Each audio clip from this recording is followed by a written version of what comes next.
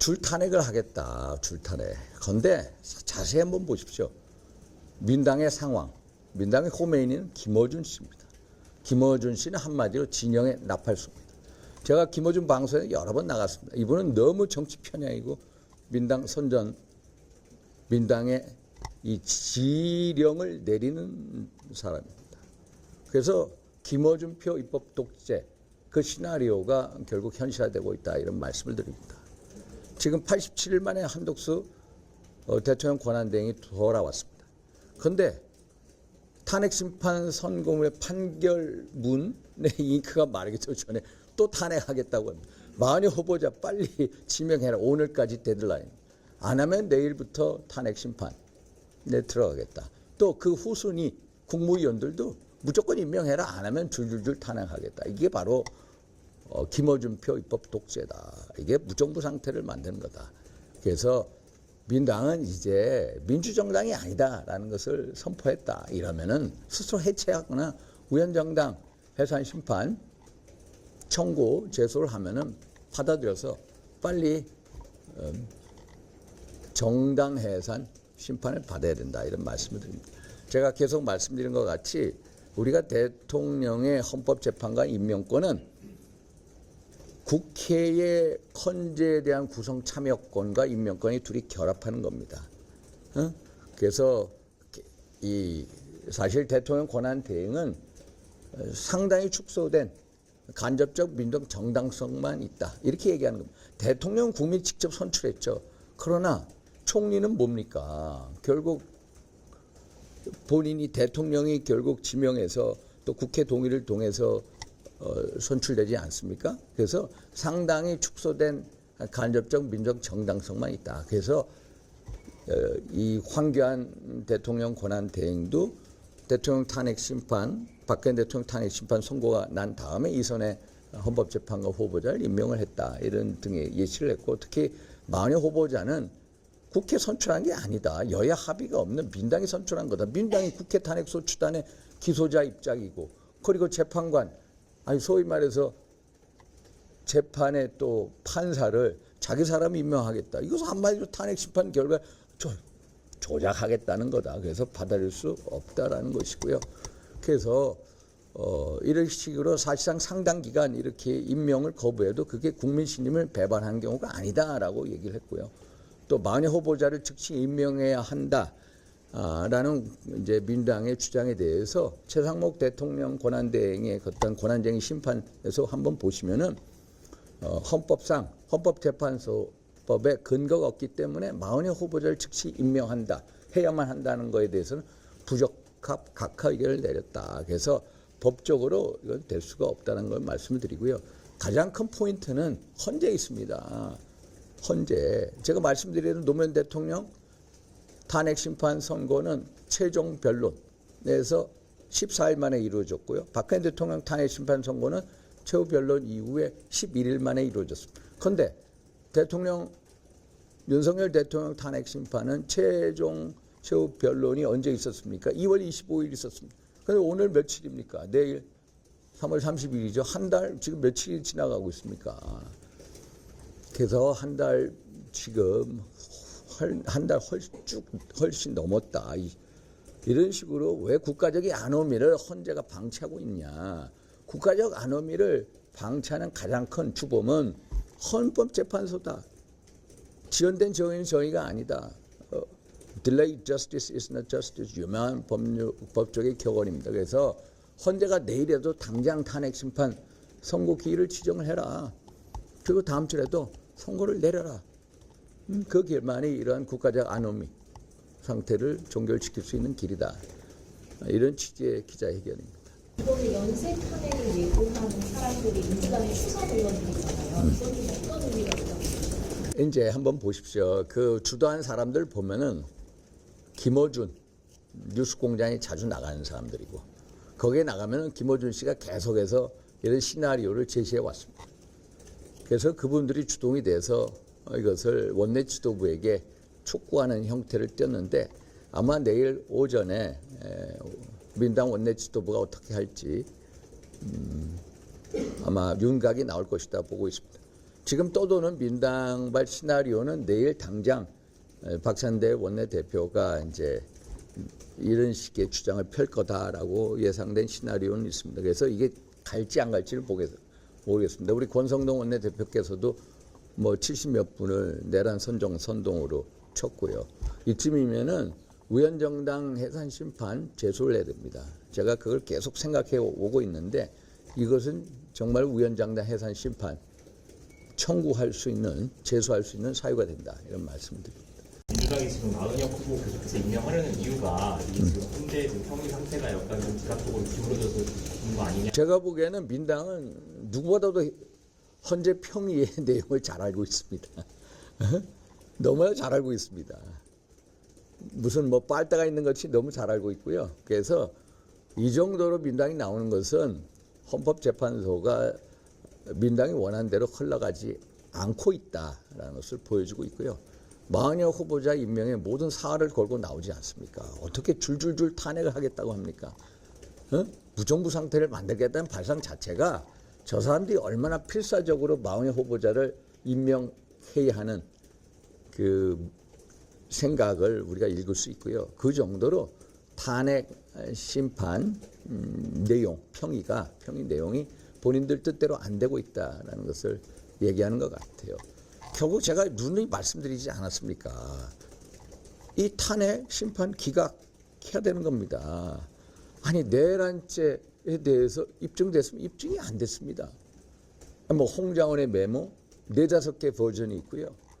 또 누굽니까? 곽병주 그분의 진술 너무나도 오염되어 있습니다. 시시때때로 달라요. 그러면 이런 식으로 신빙성 다툼이 있을 때는 결국 증거 능력을 인정할 수가 없습니다. 형사재판에서 의심스러울 때는 피고인의 이익으로 한다라는 규정이 있지 않습니까? 지난번 3월 26일 이재명 대표 2심 항소심 선고 어떻게 됐습니까? 무조건 의심스러우면 절로 가지 않았습니까? 이재명 대표 유리한 대로. 그래서 결국 대통령이 헌법과 법률을 중대하게 위반해서 파면할 정도에 이르렀느냐 이 부분에 대해서는 확신이 안 되는 겁니다. 당연히 기각되어야죠. 헌법 법률을 파면당할 정도로 중대하게 위반됐다. 그게 아니니까 기각돼야 된다는 거고요. 또 각하 사유도 뭐 내란죄 소추 사유 부분을 소추사에서 뺀 거라든지 헌법재판소법 10차례 이상을 위반했기 때문에 허영 경희대 명예 교수 같은 대한민국 최고의 헌법학계 태두께서 국민 신뢰 잃어서 헌법재판소 가루가 될 거라고 경고하지 않았습니까? 그래서 기각 사유도 차고 넘치고 각하 사유도 차고 넘친다.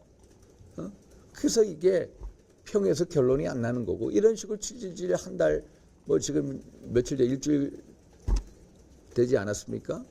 이런 식으로 끌어서는 안 된다. 국가적 안음이 더 이상 방치하지 말고 빨리 다음 주에라도 월요일이라도 빨리 평의해서 결론을 내라. 탄핵 심판 선고 기일을 지정해라. 그게 국가적 안음위를 막는 유일한 길이다라고 제가 촉구하기 위해서 나왔습니다.